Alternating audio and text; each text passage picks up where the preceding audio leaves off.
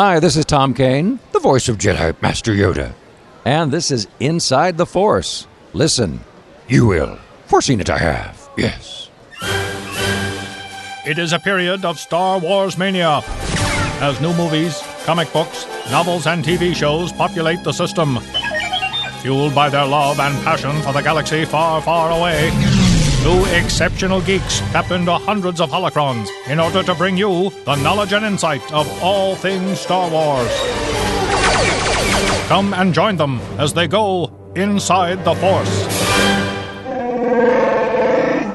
Hello, everybody, and welcome back to Inside the Force. Dave Cottingham here with Casey Cooley. Hello, everybody. Welcome back to the galaxy far, far away. We got some outstanding little news to talk about. Not much happening this past week, but of course we'll dive into some of our own unique topics as we just keep talking about Star Wars, right?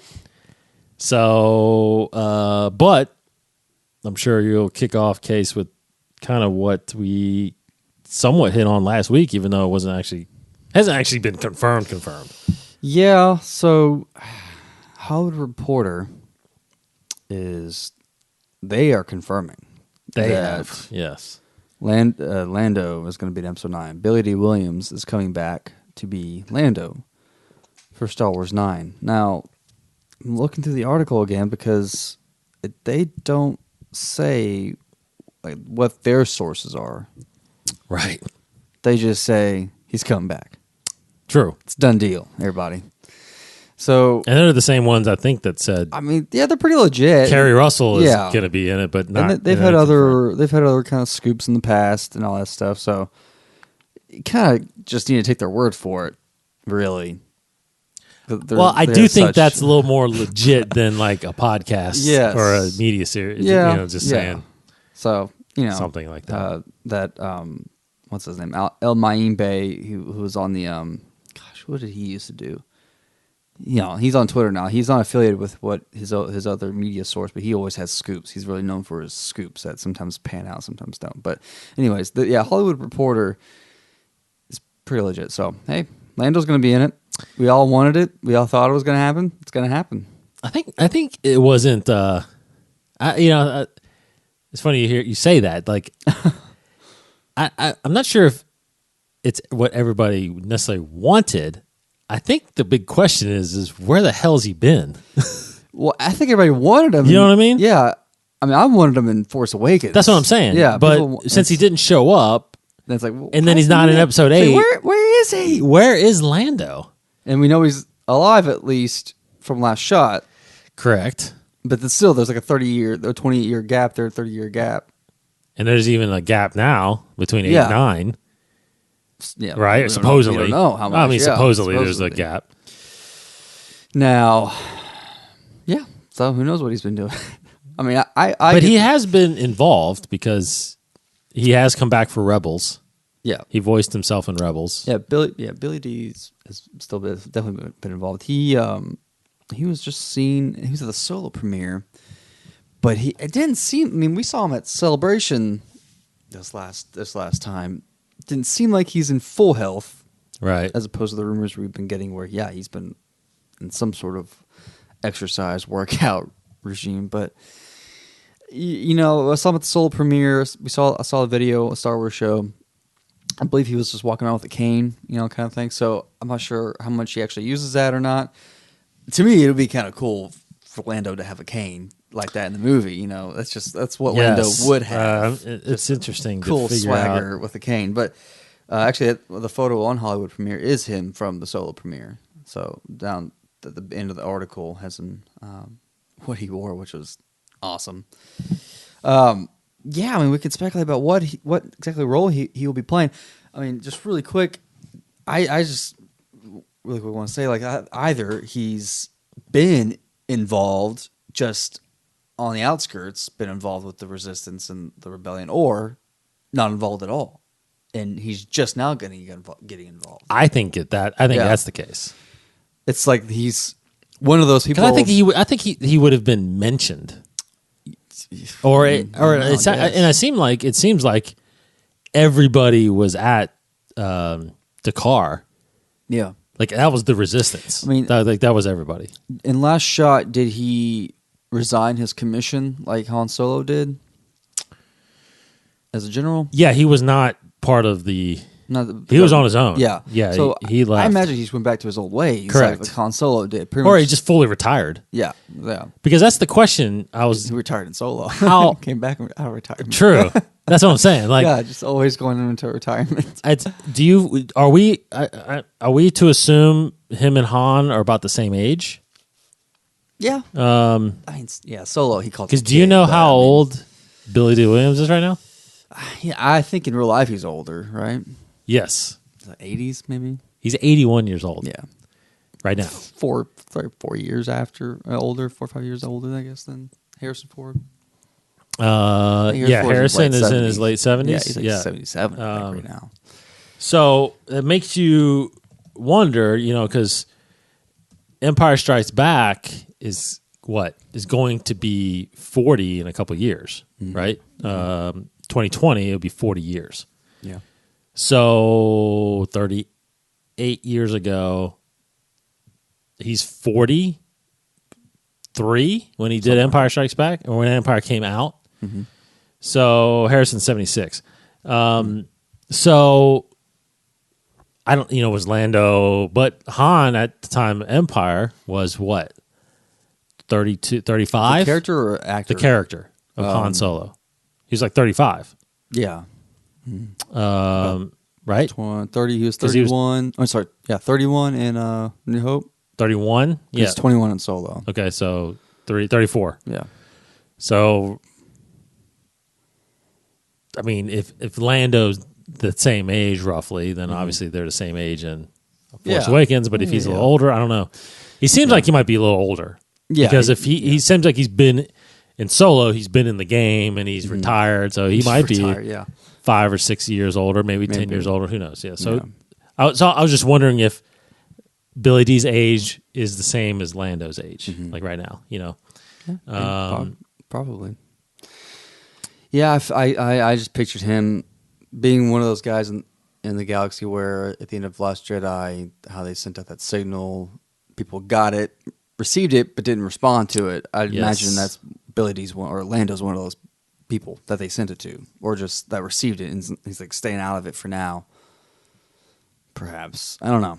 I mean, I can't imagine he's got like his own army, but perhaps that's kind of one of the things he's going to be doing in 9 is coming back into the battle, bringing his own crew, bringing his own soldiers in some way, some capacity, perhaps.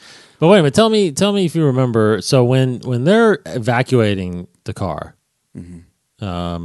in Episode 8, the beginning of Episode 8, because if I remember correctly, there's a lot of ships that took off. Now, did they all board the cruiser, or did they all go their separate ways? I don't know. Because when they were landing on Crate and they're calling out, are they calling that out to those people, or are they calling out to systems that they're not even? Yeah, they haven't even been. Everybody, like I think they're sending it out, like mass. To me, it was just like a mass broadcast out to systems. By Leia, right? Yeah, but systems. Everybody, like, and just they're people that they thought were sympathizing. Because like, where did Snap go? Because he wasn't in the hangar. No. I'm assuming when it got destroyed. I'm sure he'll be in 9 somehow. Yeah. So I feel like there's a lot of ships that kind of. I'll have to watch that scene again. Some of them might have jumped Yes, before. that's what I'm saying. Else, perhaps. Yeah. I feel like the cruiser jumped, and maybe only like a couple of them went to that rendezvous point. Yeah, maybe. And the rest of them kind of scattered. And so that's all I was just kind of thinking when they reached out to everybody, did they reach out to people that they are already associated with, or I know they were trying to reach out to other systems too, but I was kind of always under the assumption that they were reaching out to other resistance people, kind of not, like the whole resistance wasn't on Dakar. It was just, that was the main base, but they had other places, like maybe Snap was over here, maybe Lando was over here, but I feel like he's not involved. I feel like he's like Harrison or Han Solo, where he's kind of obviously he's not for the First Order, but he's not against it either. Yeah. You know, he's just kind of living his life. Now maybe he becomes the financial supplier of the Resistance now. Maybe he's got his whole that's new, true. new operation. Yeah. I wonder if he's on. I mean, who knows if he's on Cloud City or if he's somewhere else now. That's true. He might still have Cloud City. Did he take? I think he had Cloud City again. Did he have it last Or shot? no, I think he was living on there. I don't think he was ambassador anymore. I think he was living on Cloud City. In Aftermath, it was like he was taking it back. Yes. Or, yeah, maybe last shot. I can't remember. Last shot, I don't know. I haven't heard anything. I know he's on there when he gets attacked. Mm-hmm.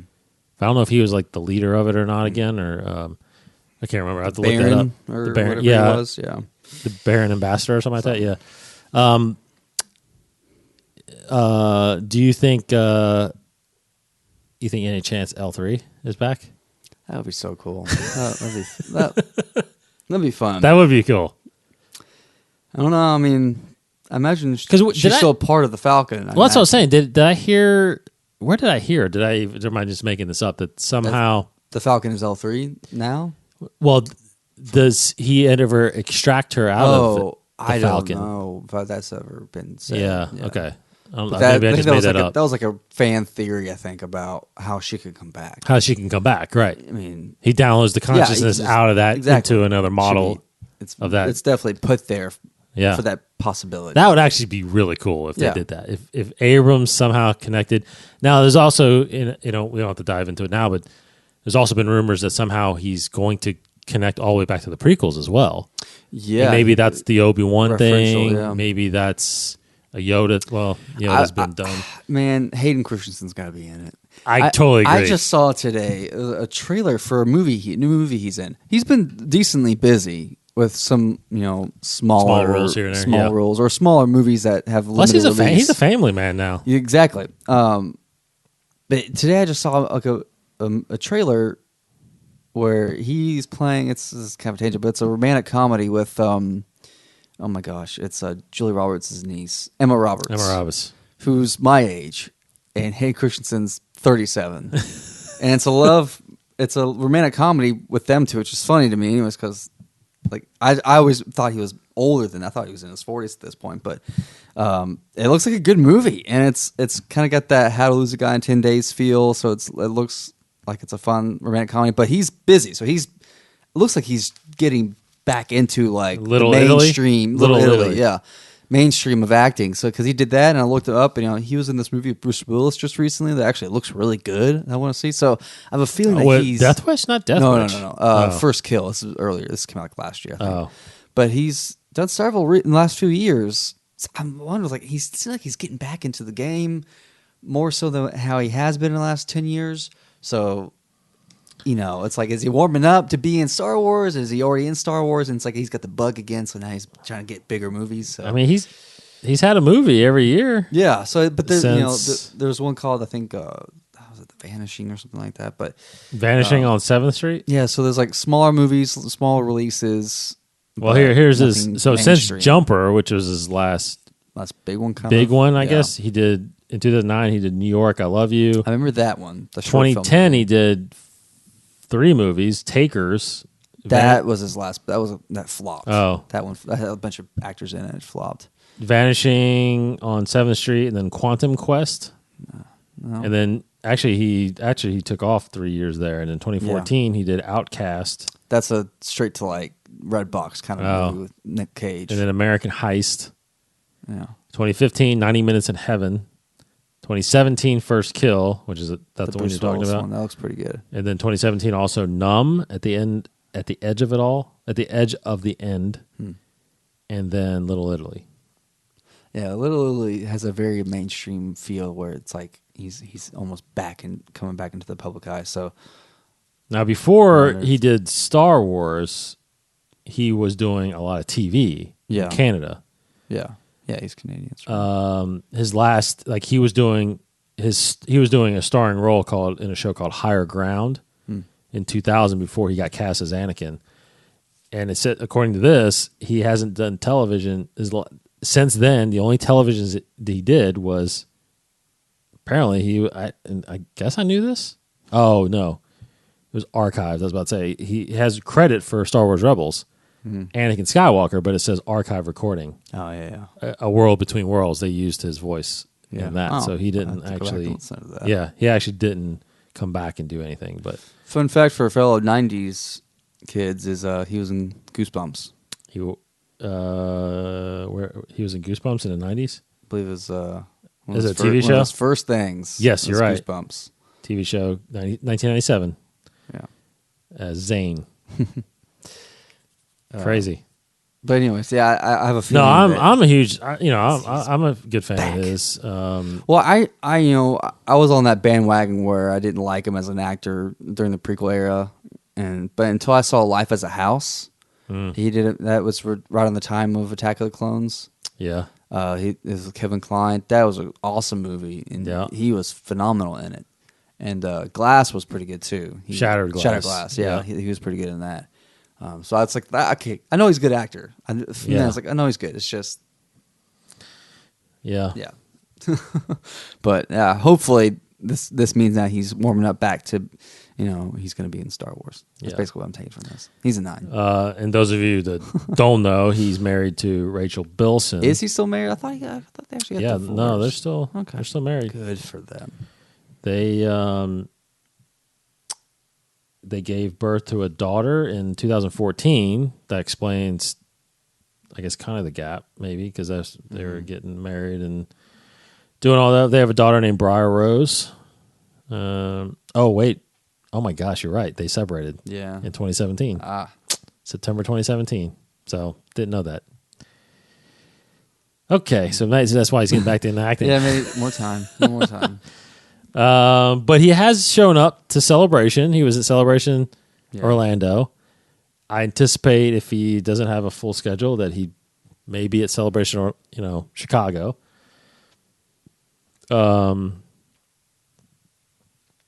Yeah, who knows? I hope they still use him and I hope he comes back somehow. Like what? At this point, yeah, we've had a great moment with Luke and Ben Solo, but like, what great moment would it be with Vader or Anakin and Ben Solo? In 9, like Yes. as a Force spirit, to have that Yes. conversation and like, dude, what are you doing? Like, stop your pat, like stop doing what you're doing, and come back to the light, kind of thing. Like, you want to emulate me, but I was wrong the whole time. Yeah. I don't know. That would be a good, just like, I feel like that would be a good scene. That this conversation actually just thought of something that I can't believe I didn't brought up, but I haven't seen, I haven't talked to you about it, but I saw on Twitter a couple weeks ago. I don't know if you've seen it, but Ahmed Best. Oh yeah, I actually meant to tell you about this too. His Twitter, he had a few tweets that were very inspirational. kind of Yes. enlightening. Well, about About his time, Struggle. Yeah, with basically, I'll read the tweet. It's right here. Ahmed Best tweeted back on July 3rd. He said, 20 years ago, I faced a media backlash that still affects my career today. This was the place I almost ended my life, and he's standing on a bridge with his son. It's still hard to talk about. I survived, and now this little guy is my gift for survival. Would this be a good story for my solo show? Let me know. yeah. There was some. I think this was a response or some kind of. I think they're talking about. I don't know if it's for Comic-Con or for Celebration, but there's some show, yeah, that he's referencing right now. Well, the show is him. So he says, actually, before that, he says, okay, I'm really close to making a decision on doing a Phantom Menace 20th anniversary solo show. He's actually doing it. He's Okay, doing I it. thought someone was doing it. No, he was he's asking to be a part of He's it. asking if anybody would be interested in it. Okay. He says, if I do anything, all of you will be a big part of it. Cons are a good venue, but what other venues could be cool? Theater, comedy club, college? ? Let me know. What do you think? I mean, people have been responding like crazy, like, come on my podcast or come to this city, come to this. So, and then I got to, so that tweet was before, and then, well, it's the same day. Then later on, he just shortly after he tweeted about the suicide thing. That suicide tweet, as of now, has 3,329 replies. and obviously I can't read all of them, but the ones I have read, the majority of them are extremely positive. Yeah. And how crappy is that? I mean, it's very. I mean, tragic, it's yeah. very, it's that's the thing what we talked about with what happened with Kelly Marie and all this backlash of, Daisy and even John Boyega, but it's like, it's nothing new. I mean, this guy 20 years ago, when there was no social media, was still getting people Probably telling fan him, mail, probably all kinds of, fan mail on the street. Yeah. People telling him that they ruined their childhood. That was the big term, right? With my generation of Star Wars fans. You ruined my childhood. It's like George ruined my childhood. I'm at best ruined, Now Rian Johnson. Johnson. It's like, stop it. but, and of course, Hayden, I'm sure, there was talks about him. He's not on social media right now, which is probably good for him. Yeah. But, he faced that kind of stuff too. Because everybody thought he was this big crybaby in episode 2, even though he's a teenager in that, Yeah, exactly. Of course, a lot of people, I think a lot of opinions changed after they saw episode 3 because he was very strong in that movie. But they still, couldn't get over the fact that, he wasn't as strong as an actor maybe as a Ewan or a Natalie or something like that, right? But Ahmed, I mean, I feel like because of the extreme backlash that happened with that character, I got, and we haven't really talked fully about it, but I think it's naive to think that that George changed that character because of what happened with a lot of that. I mean, because as you could see, the role of him in episode 2 and 3 was reduced to basically a couple scenes, if anything. Episode 2, I don't know, he's barely in episode 2. Yeah. Episode 1 or 3, he only comes back to kind of make that Senate decision.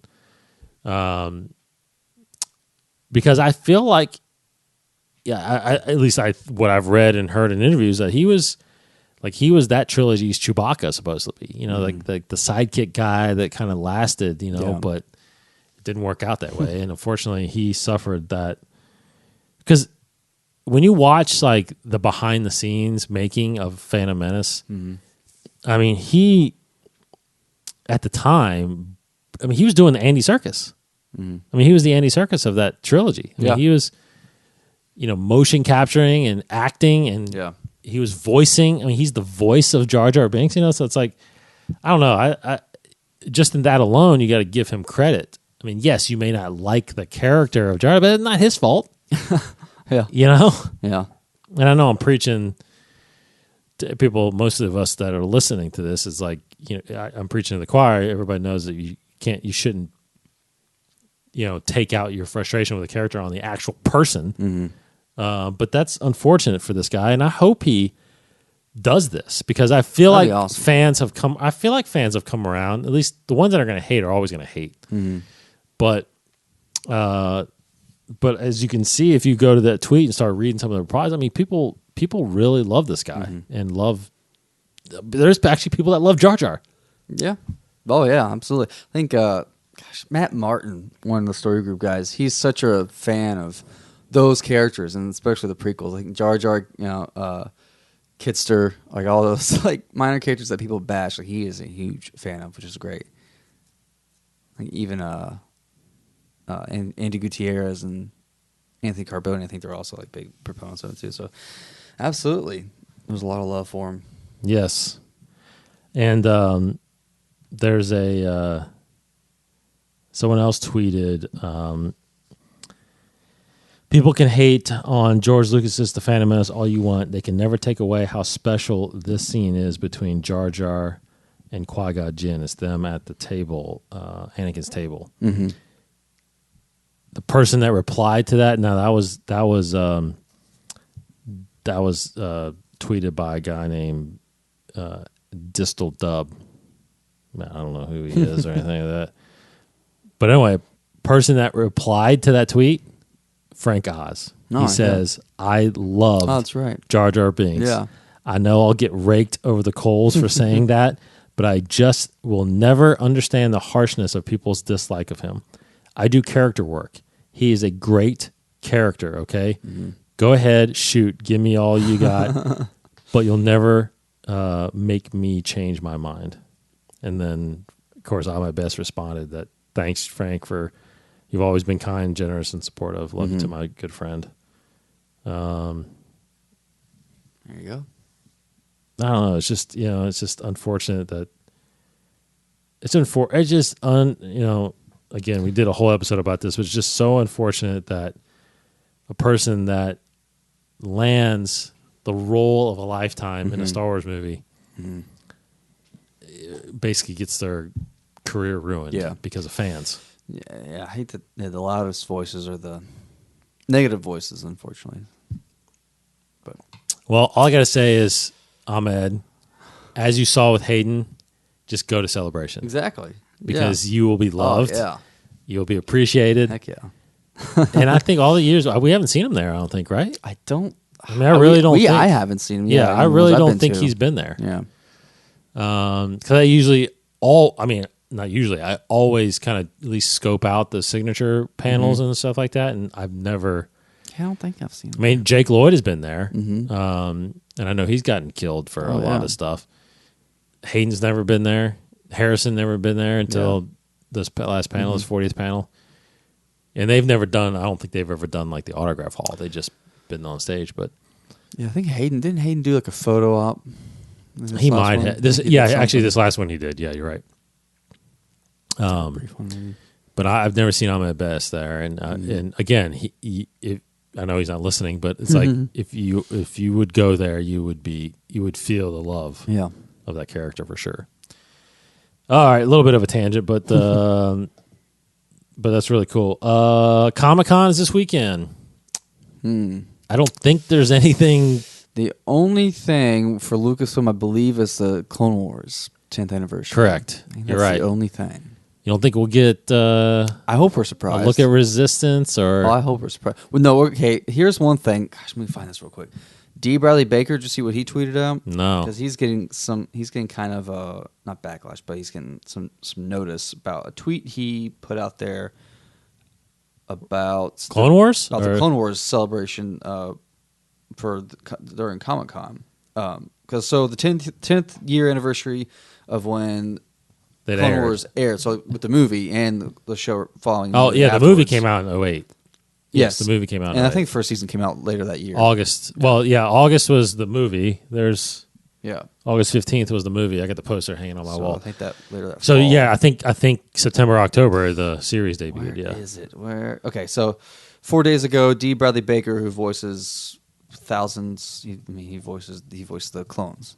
He voiced all the clones. Yes. So he's pretty much the clone army. He said, hashtag Star Wars, the Clone Wars fans. I'm just going to say, you don't want to miss this. Hashtag Comic-Con 2018. And he's responding to Stephen Stanton's tweet about the 10-year anniversary. So he's emphasizing you don't want to miss this. People are responding to it about like... They're going to bring it back? Like thinking like, what do you mean? You don't want to miss it. What do you mean? Like, what could it be? You know, he could just be saying like, it's just going to be fun. Yeah, you just don't want to miss it. Cameos will maybe show some behind-the-scenes things, you know, so you don't want to miss it. It's going to be fun. But, you know, like me, I'm thinking like, are you saying that they're going to come back and they're going to have a fresh season of new episodes? Is that what you're saying? A movie? A movie. You're saying a movie. Like, I'm like jumping into it like everybody else is, I'm sure. So maybe we'll get us a really cool surprise this weekend of saying maybe we'll finish out these animatics, or, you know, we have all this streaming service. Streaming, exactly. Put all this stuff on the streaming service. We have all this stuff we've already recorded voice-wise. We're going to finish it out and put it all on the streaming service. Yes. You know? That to me is the ultimate. I think that is could be highly likely. I mean, they're bringing back the rumor. I guess it's not official. They're doing Detours. They're putting that out on streaming service. That's rumored. Yes, right? that's rumored. But that's already have a lot of that finished. 50-something episodes. So, yeah. They may put all that, but you know, why not? I mean, what money? But I don't think that's canonized. It won't be canonized like they used to absolutely say. not, no. But like, I mean, they're not going to really lose money putting on the streaming service too much. Probably, if at it all, would actually right? probably make more people sign up. So if you put more seasons of Clone Wars on there. Exactly. Yeah, you're not putting as much money into it as you would putting on a Netflix maybe, but putting on TV. Yes. So actually, this is actually a good part of the topic that we're going to do later because yeah, I can bring that up. We'll bring that up there because I feel like streaming service is it's definitely a unique place for Star Wars because you could, you know, part of what I wanted to talk about later on is what they're kind of, at least what the rumors of the reshaping of the standalones is. Well, maybe we, instead of making, you know, Solo, which, you know, for 150 million times two, but 150 million, maybe we should just focus on like 60 or 70 $million movies that have possibly bigger margin potential, but doesn't kill us if we only make $150 million, you know? Yeah. So let's hold on. Let's get into that in a second.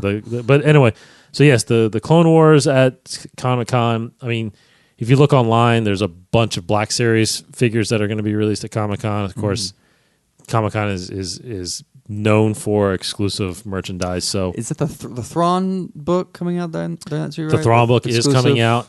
Exclusive cover. Well, that cover is the one we saw with Anakin, right? Young right. Anakin. The excerpt came out that's involves Padme. Right. Padme, yeah. Good to see her. There's an exclusive poster that's coming in that book. I think that actually is the Barnes and Noble version. But they'll probably have Barnes and Noble. I mean, at Celebration, Barnes and Noble had their exclusive. Probably yes of the first cover. Thrawn Yeah. There, but yeah, that'll be there. But the book comes out a week from tomorrow, actually, in stores, the 24th. So cool. Comic-Con is when it comes out for everybody there. So we'll keep an eye out on that. But like everybody else, you know, if anything hits, I'm sure it will be exciting. And I'm hoping that there's something. Maybe and maybe it is all about the Clone Wars. Maybe, I mean, it is a little interesting to think. Like, why would you do a 10th anniversary panel at Comic-Con just to bring people together and say, hey, you know what I mean? Yeah. Like, that's because you got to pay a lot of money to get into a room. They're bringing everybody back. I know. Like, all the main cast. Yes. I can just totally see Lanter and Catherine Tabor. James Arnold Taylor. Yeah. Tom Kane, I'm sure, is going to be there. Ashley Eckstein's going to be there. Ashley Eckstein, yeah. D. Bradley Baker. Now, yeah, because I can totally see towards the end of the panel, Filoni does his little tease. I feel like he's like, all right, that's about it, kind of thing, and then fans might be like clamoring and screaming. And he kind of gives a smirk. He's like, you guys want to see something else? And then they show. I can totally see like at the end him just like teasing. You know, I think okay, so because that would be the perfect time to do what? Release a trailer that shows new episodes. Let me show you guys one on more the streaming thing. service. Yeah, here's one little thing we've been working on, and then it's that. Then it's like a cool trailer. Yeah.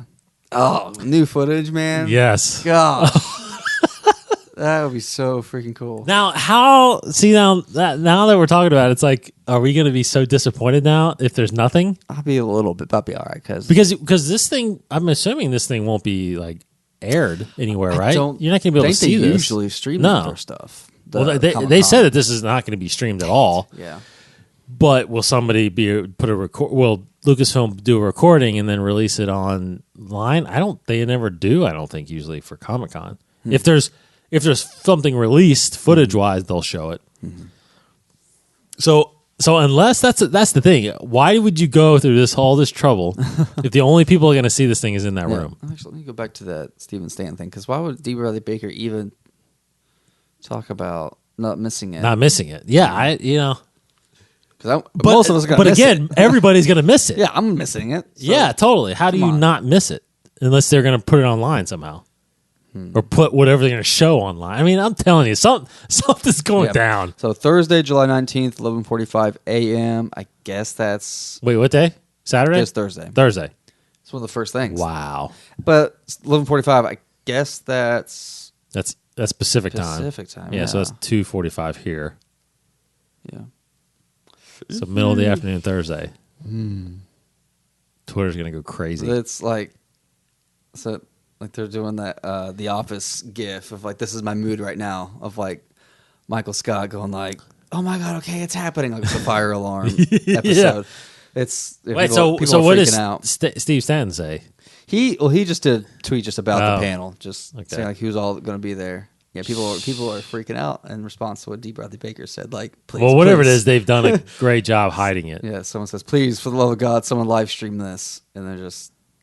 So I was like, did they finish the show? Showing the Puss in Boots like teary eyed gif. So it's people are already hyped up for it. Like that, he's got to know what's going to happen if he says that.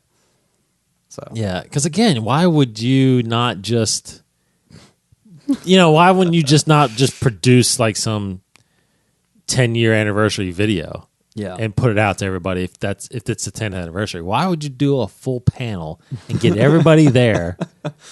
It's like they got to be coming back for some reason. All those people. I mean, something. That is so crazy interesting. Now I'm like, I was kind of blowing it off. No. Now I'm like, I think you need to be a little what excited. Yeah. the heck? Oh man. Okay, that's cool. So, like everybody will be anticipating. Mm-hmm. Other quick coming soon things. Solo, the Blu-ray release has been announced. September 25th. All right. Will be the nationwide release of Solo on 4K Blu-ray. Of course, there's exclusive Target versions, Right. Steelbook for Best Buy, stuff like that. So you can get online and kind of look at all that. But September 25th. Now, I didn't read, because normally they've been releasing the digital versions like weeks before. Right. I didn't read when that was going to be coming out, but anyway, September 25th it hits shelves, so hopefully it comes out earlier on digital. And then the comic news this week coming out this coming Wednesday in your comic book stores. You want to go get it. Vader annual number 2 will be out. Poe Dameron 29 and Star Wars number 51 will be hitting your comic shelves this week. So go check those out. And of course, like we said, Thrawn Alliances will be out a week from tomorrow, a week from Tuesday, July 24th. Exclusive cover or exclusive poster at your Barnes & Nobles is the Padme poster, if you've seen that floating around. And, of course, exclusive cover going to be released at Comic-Con this weekend. So go check that out. Now, I don't know. It's weird. I feel like they haven't announced any other novels. No, it's been, and talking to Cody, he's kind of hearing backlash on Reddit. People are like really upset that, they're so light on novels this year. Yeah. I don't understand. I mean, the Solo adaptation is coming out later this year. Yeah, but I mean, which is going to be so irrelevant. Yeah. I think it's around the time. I guess around the time the Blu-ray hits. I thought it was like October or something like that I saw. But the Thrawn novel's the last one that we know of for this year. Yeah, right? I believe so. I mean, it's only Usually we know like the next 2 or 3 that are coming. Mm-hmm. Thrawn. Yeah, I don't know of any other one besides the Solo novel later this year. That stinks. I mean, they should be coming out. I mean, I know ideally, they want more and more faster, but I guess there's a more complicated process. Well, I don't know. Yeah, I don't know what's holding them up. Unless they're going to announce it at Comic-Con. This week they could announce like some other books coming out this year. But I don't know where you go though. I mean, well, that's the thing. They may be waiting for 9 to happen, so they can have like, you're going to have tie-in novels for that for sure. Fill in the gaps, like a book about Luke, a book about Ben Solo. You could do a book about Rey. So they might be waiting for that.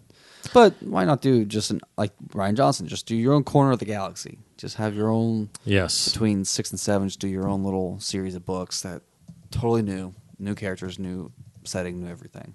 I would love that. Yeah. I mean, I did finish Most Wanted. I gave it a 3-star review, 3 out of 5 on Audible. Partly because I wasn't overall even thrilled with the narration. Wasn't Mark Thompson. It was, and the overall book was just, to me, it wasn't that good. The premise didn't really, the whole book is really about Han and Kira kind of falling in love in a way, but they don't really even do that. It's weird because they first meet each other in this book, and I feel like it's set, it's not for sure, but I feel like it's set just a few months before Solo the movie. It could be even as far as 6 to 8 months. I don't know because again, at the end of this movie, they're not, or at the end of this book, they're not making out with each other like they are in the beginning of Solo, right? They're just kind of getting to know each other, kind of thing, and it's a story about how they kind of worked their way up in the White Worms,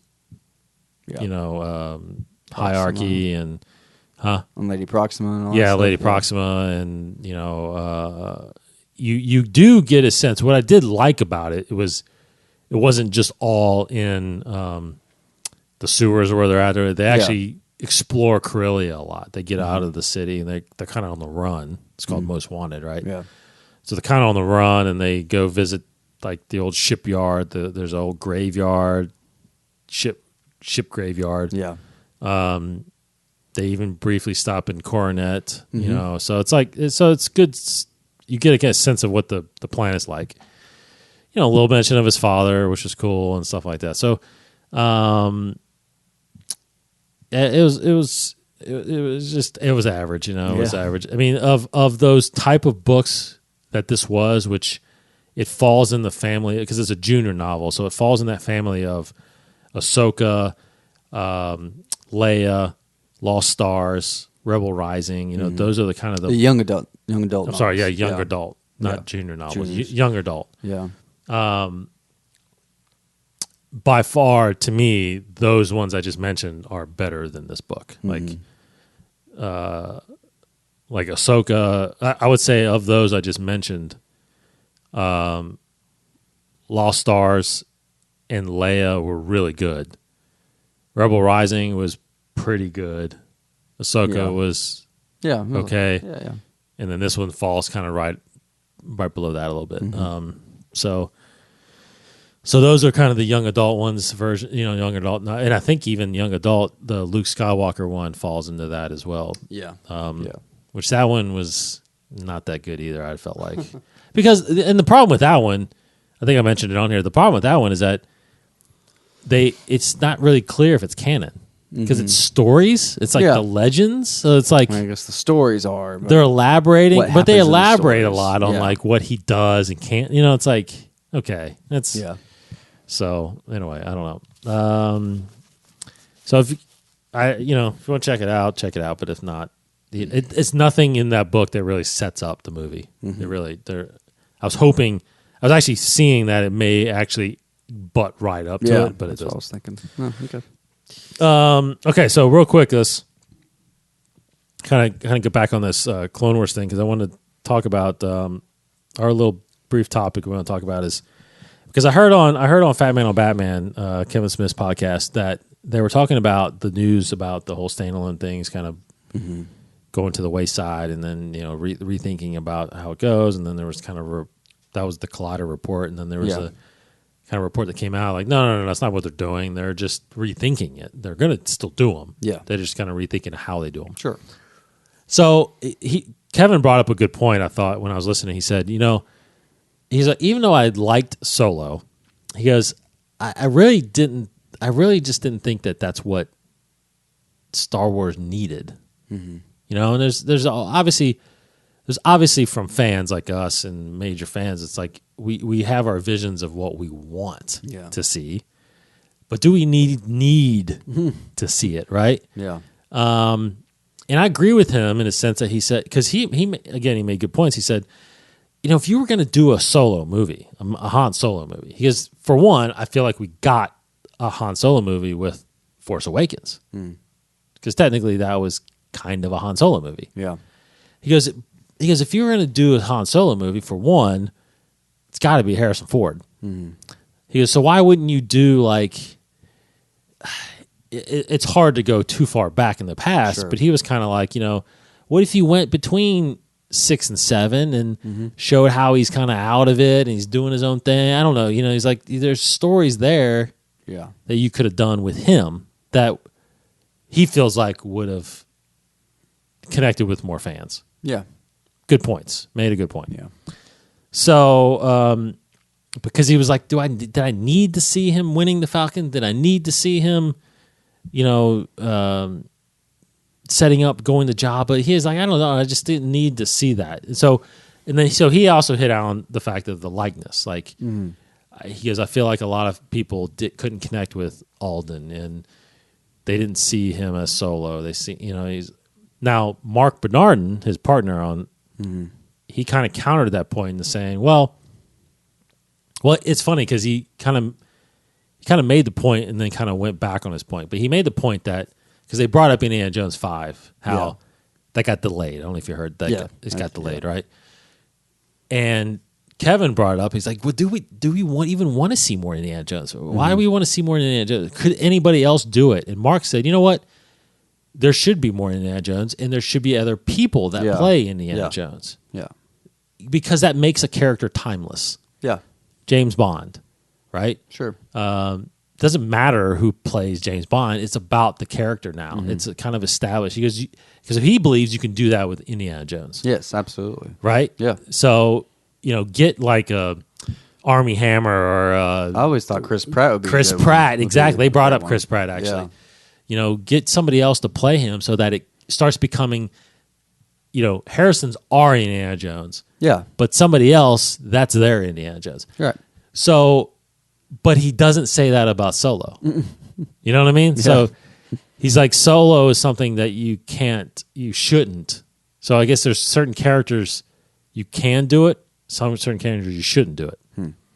So he's kind of against the fact that someone else playing Han Solo. Yeah. Obviously that was a huge debate when it first came out. But Kevin again said, I'm getting to a point where you can answer here. But Kevin said, what Star Wars should have done, or Lucasfilm should have done, is start to think about some of these characters that are kind of faceless, that could be played by anybody and be in any time, right? So, for example, a Boba Fett movie. Yeah. You don't ever have to see his face. He can be Boba Fett. Vader. Vader has lived on. I mean, he's was in the original trilogy. He's still showing up in movies now. So he was kind of naming a couple things like that. So my thing was to talk about, and I'll connect it quick back where we're talking about the Clone Wars is like, so the discussion I wanted to have is what movies, in your opinion, should they do, or should they focus on, or and kind of talking about whether or not they should have, regardless of how you feel about Solo, should they have made it? And then, of course, because I think the Clone Wars now with the streaming service, if you're doing movies, if you're doing TV shows, and you're doing content on the streaming service, you do have to actually start thinking about budgets and cutting budgets to the fact that you can do all these things, right? And that's why I believe, we were talking on the last show about the animation style of Resistance, how it could probably be a cheaper way to do it with the anime. Style. And so I started to think that is kind of maybe what they're revamping a little bit, because if they cut back on the budget of Resistance versus what they paid for, for Rebels, then you can do maybe another series or two on the streaming service or other things. I don't know. So what do you think about what they should do as far as storylines and stuff like that and characters.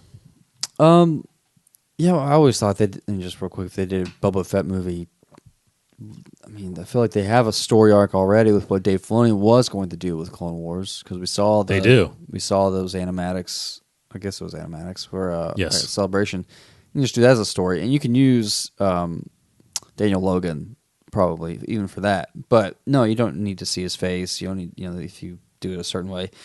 Story wise, I mean, I feel like as fans we need. I kind of think we need an Obi-Wan movie. That's something to pick our spirits back up and see a familiar face and to potentially get a fresh, new style Star Wars movie. Because to think of a Obi-Wan movie in the desert, the whole movie is Obi-Wan in the desert, and he's involved with some other Tatooine kind of conflict, like Tusken Raiders or the Hutts or something like that. That would be a different Star Wars movie, I feel like, and that would be really cool. You can do a lot with that. So I think there's a lot of potential for a Kenobi movie. I do like the idea that you could potentially adjust budgets to have smaller budgeted Star Wars movies, because that's honestly how Star Wars was. It was always a small budget. Even the prequels were small budgets comparatively to other blockbusters, really. They were like $115, $120 million movies. But I think you could still do a $100 million, $60 million, whatever Star Wars movie and get a great story out of it. I mean, there's no reason why you shouldn't. So I definitely like that idea. I never thought that they would cancel or kill the idea of doing spin-off movies. Obviously they're going to rethink how they're going to do it, because the saga movies are going to be over. 9 is presumably the last saga film. So yeah, what else are you going to do? How are you going to package these next wave of Star Wars movies after the third Star Wars story comes out? Yeah, you can't call them spin-offs anymore, because there's nothing to spin off of. Right. Those movies are done. So they're just one-off Star Wars movies, or just a trilogy that's isolated. Or you start your next phase of movies that are connected, like Marvel's doing. That's one thing Cody and I want to get Cody on here, because he has a great theory about the future of Star Wars and Star Wars storytelling and how it may or may not survive. But right now you're starting this kind of world, this underworld storyline. We have Solo. Rogue One is even kind of in that era. I mean, it's right up against A New Hope, but it has a fresh new characters. It has a fresh new look that kind of could somehow, if you go back further than that, could fit into Solo. You introduce Maul into this world. You introduce the other syndicates in this world. So to me already, you have the groundworks for a phase of content that could deal with this underworld stuff.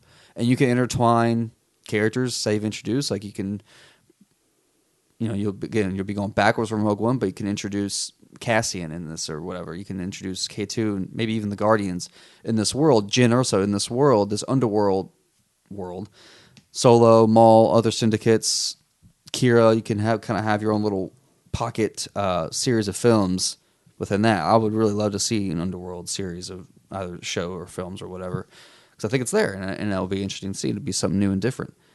Hopefully they go Old Republic as everybody wants, but I mean, that may not be for a few years from now. I'm sure they're going to really milk this era we're in right now till it's bone dry. But yeah, right now I feel like they have so much potential with this underworld kind of era, this Dark Times 3 and 4.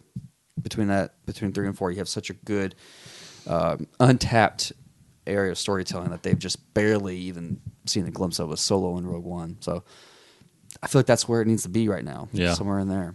But then I think we quickly need to go past 9 or before episode 1. And do you think that's where Ryan's trilogy is going? And I feel like Rian Johnson's trilogy might be. I don't know if it needs to be necessarily after or before. I think it's just going to be, just like it said, it's another part of the galaxy. It could be happening at the same time, but it's just its own isolated conflict. A conflict maybe in the unknown regions or just some other planet. It could be totally unrelated to anything. In there. Well, I think right now there's two things. There's two time frames. There's the time from episode 1 to what's going to be episode 9. Mm-hmm. You have that years of and then you have outside of that time, like everything prior to episode 1 or everything that's going to be after. I'm actually to the point right now. I'd be hard to believe, in my opinion, that anything right now of these 9 movies in development that they are claiming, I'd be hard pressed to believe that any of those fall outside of probably that not. timeline. Yeah, probably. You know what I mean? Mm-hmm. Because you have 19 years, like you just said, between 3 and 4. Mm-hmm. That's relatively untapped. Mm-hmm. And you now have 30 years between 6 and 7. Yeah. That is completely untapped. Mm-hmm. I mean, we're going to get Favreau's time in there. Resistance is going to be in there.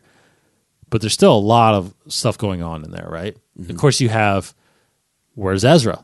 Yeah. Where's Thrawn? Mm-hmm. You know, I mean, I think they've raised a lot of questions, and I think there's stories in there that will come out that are kind of started filming. I do believe there will be an Obi-Wan movie or an Obi-Wan mini series or something like that they're talking about possibly on a streaming service. I do think Siri, shut up. Yeah.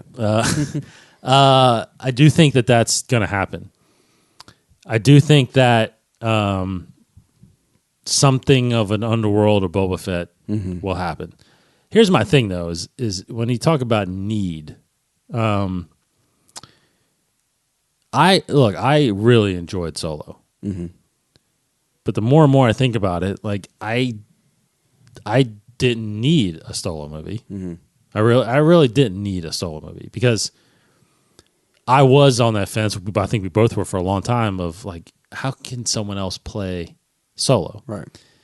I accepted the fact that, okay, this is just a different look at it, different interpretation. I'm fine. I can enjoy it, and I did. I did seriously enjoy Solo, and I'll probably keep enjoying it more and more. But I do think what would have, to me, I think would have made these standalones or these Star Wars stories, and I think I mentioned this on the last show or one before, but I think what we need is these movies, even though they're not episodic. I think we need these movies to be a little more connected to each other. Mm-hmm. And like you just kind of said, like almost like world building. Yeah. You know what I mean? That's definitely a better way of putting it. Yeah. World building. Like, and I know in Rogue One was kind of the anomaly to that because it built into something that was already existing, right? Mm-hmm. It built nicely into episode 4.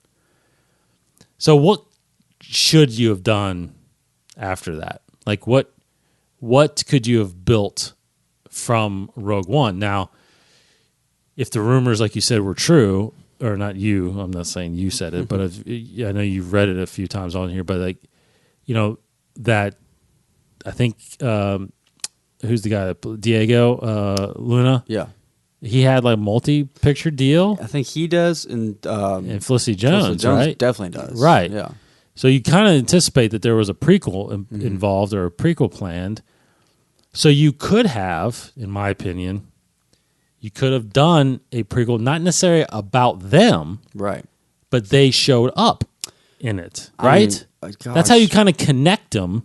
Yeah, a partisan movie would be great. Exactly. You could have done a Saul Guerrero movie, had somehow Felicity Jones involved. Yeah. Rebel Rising would have been a good movie. Rebel Rising would have been fantastic, even though that spanned a big time. A little section of it. But yes, exactly.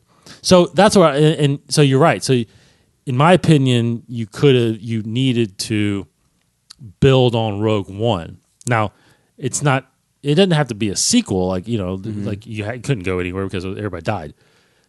But you could have gone backwards. Mm-hmm. You could have taken the character from there and built another story like Saw, because just like Rogue One, you saw what led into episode 4. You could see what led, you know, that gap between Clone Wars, when we saw Saw, to Rogue One. You could have saw that. That's actually in Forrest Whitaker. I mean, you already had an Oscar-winning actor. Yeah. It's like, that would have been a fantastic story to see how that played in. Now, of course, you get a lot of that, like you said, in Rebel Rising, and you get a lot of it in Battlefront 2. Yeah. Not Battlefront 2, Inferno Squad. Yeah. That is Battlefront 2. Yeah. Inferno Squad, about kind of how you got the Empire side and you got the Rebel side. Yeah. So that would have been continuing to world build, in my opinion. Like, it's almost like, okay, if you think about the Marvel, obviously, cinematic universe, they're all kind of sequels of each other. So to me, that was like, you watch Rogue One, and then you would watch the next movie. Yeah. And then you go, you can expand from there. Or you don't necessarily even... I think you have to subtly connect them. So, like, I think I keep thinking back to, in my opinion, what we need is also we need more Force references and Jedi, and to keep the essence of Star Wars, in my opinion, alive. So you could do, again, I would have thought of doing a one of those stories where, like, you're actually getting in a comic right now, is Charles Soule and Vader comic. Vader's hunting down these Jedis that survived Order 66. So think about grabbing one of those characters out of Episode 3. Like, the ones that died, but Quinlan Vos could be one of them. Quinlan Vos, man, he's still alive, possibly, or even Ahsoka. Yeah. Bring her to life on the big screen. To me, there should be no reason why you wouldn't do a Ahsoka movie, honestly. I know, right? That's what I'm saying. So, you could have extended off of the main series like you did with Rogue One, and then but somehow subtly connect the standalones. You know what I mean? Like, to me, that would have gotten. I think that gets fans going. You know what I mean? I think that gets fans. And Solo is so. Even though his character gets into but it is really kind of just a replay of all the scenes we've seen in our head. Yeah. No, if they don't shoot off of Solo and finish this Darth Maul introduction or continue on with this Underworld Syndicate thing they've already laid the groundwork for, then Solo is pretty much a useless movie. Yes, that's why. Basically, Rogue One and Solo need to meet in the middle in terms of timeline. That would make them better. Yeah, you need to go a few years past Solo. Obviously, Cassian and like a Jen could never meet prior to Rogue One, but there's ways around that, obviously. But you can. Jen will be she'll be a teenager. A few years after Solo, she'll be with Saul probably. But I guess that'd be kind of towards the end of Jen and Saul's relationship. But anyways, Jen could be younger. You can even recast her if you wanted to, or Felicity Jones can play a younger version of herself. I'm sure she can pull that off. But you have Saul, his partisans, and Jen. And you have Solo, Chewie, and then you have some other syndicates. Again, to me, there's so much there now.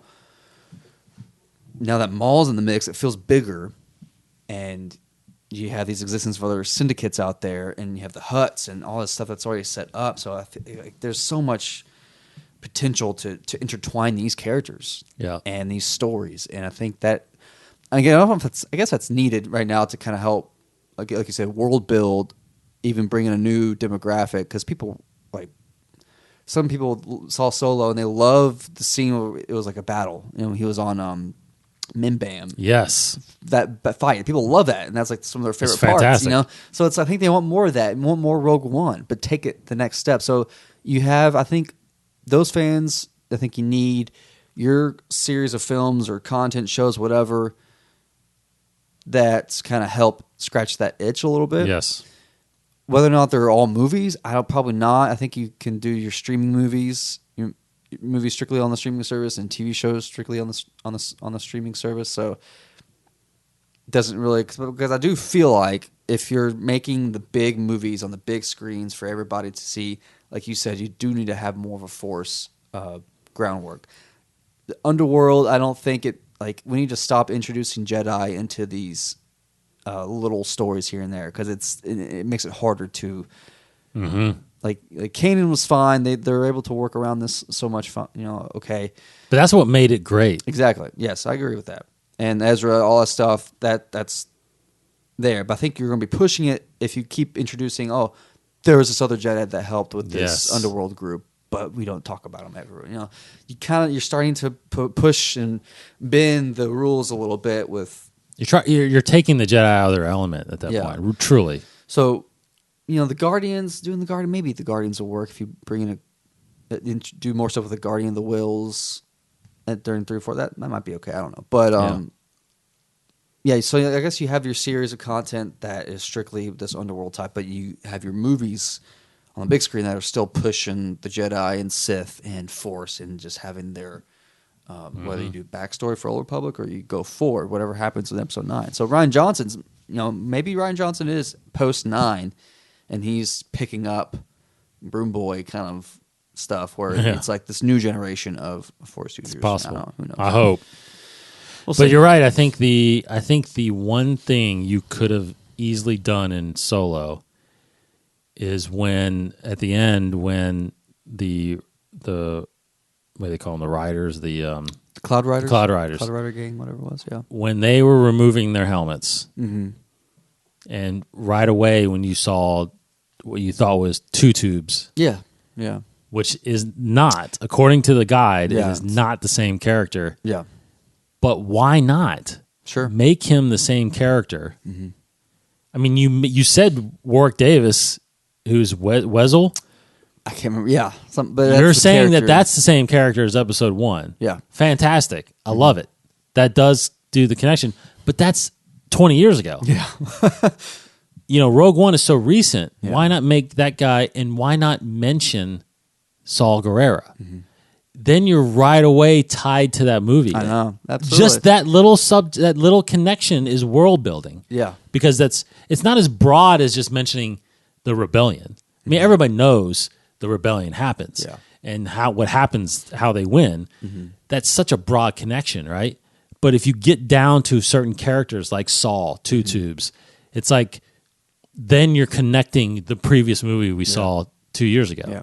Now, do the partisans become the dreamers later in Battlefront 2 book? Is that when they kind of change? Because I was going to say they if they mention not even Saw, but if they mention a group like partisans or they mention dreamers, dreamers. Like when aren't they called the dreamers in? In Inferno Squad. Yeah. Oh yes.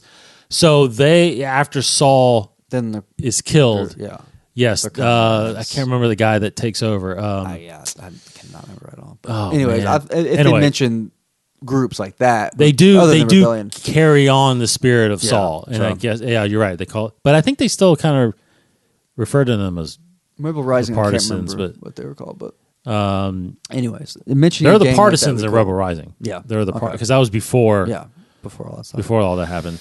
But mentioning Saul would have been, I think, a perfect connection. It would have been, and I actually anticipated as soon as I saw 2 tubes, I was like, "Oh my god, they're the freaking partisans." Yeah, exactly. But they're not because they're not as extreme. They're actually in the beginning stages of fighting back. Yeah, they're just cells right now. Still, it's not the alliance. Which is what Saul was his own cell, but he was like a terrorist group in a sense. Exactly. Yeah, he was unorganized, just going out, just. Guerrilla style, bombing things, but that looks like what the Cloud Riders were, just a militia group. They're going out, just kind of disrupting stuff and stealing stuff, trying to find funding by stealing, exactly, doing what they have to do. Connecting them to the Saul would have been perfect. I mean, then you have your connection, and then of course bringing Maul into it again. You're connecting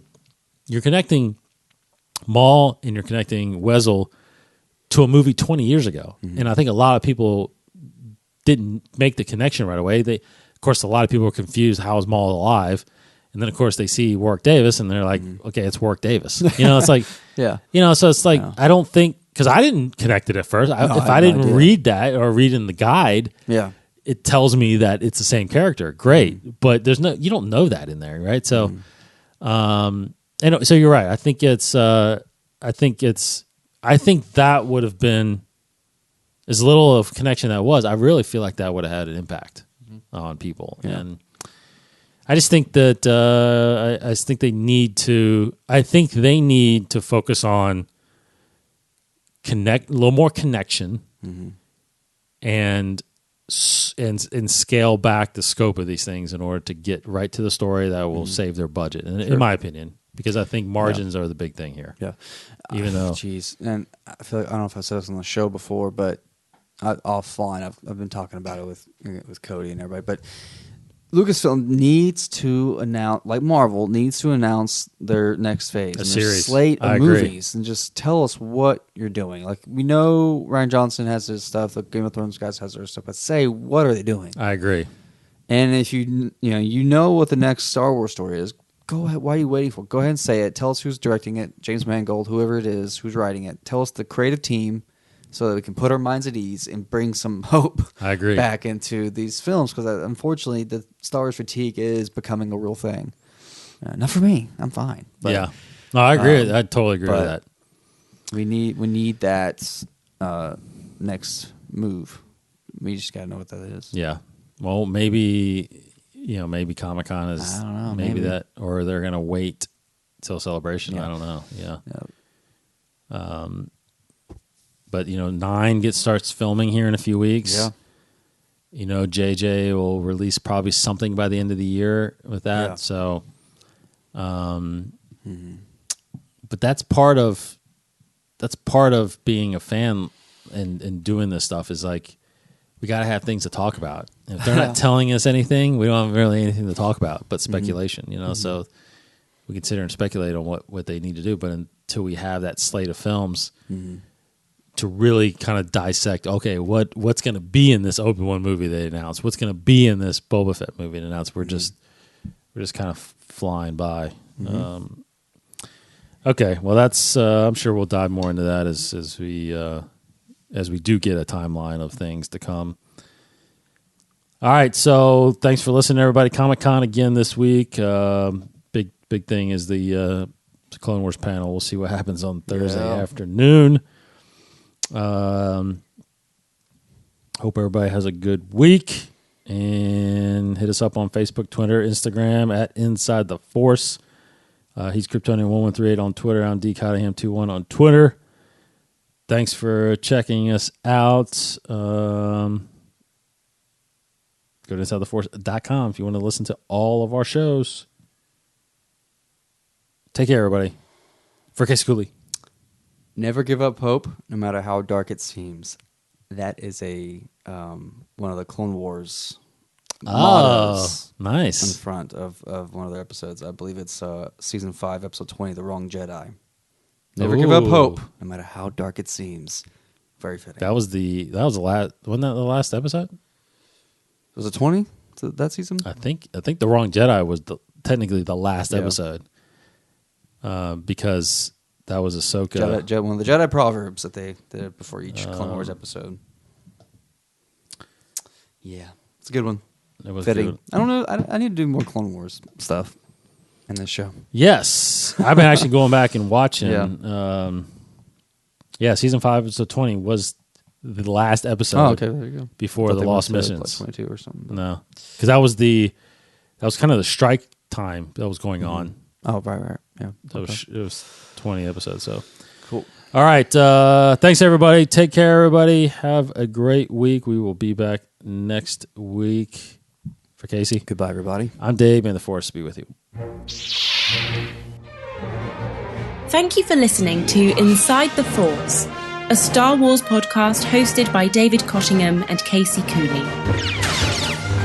For more shows, additional content, articles, and the latest Star Wars news, please visit InsideTheForce.com. Inside the Force. For the Force in all of us.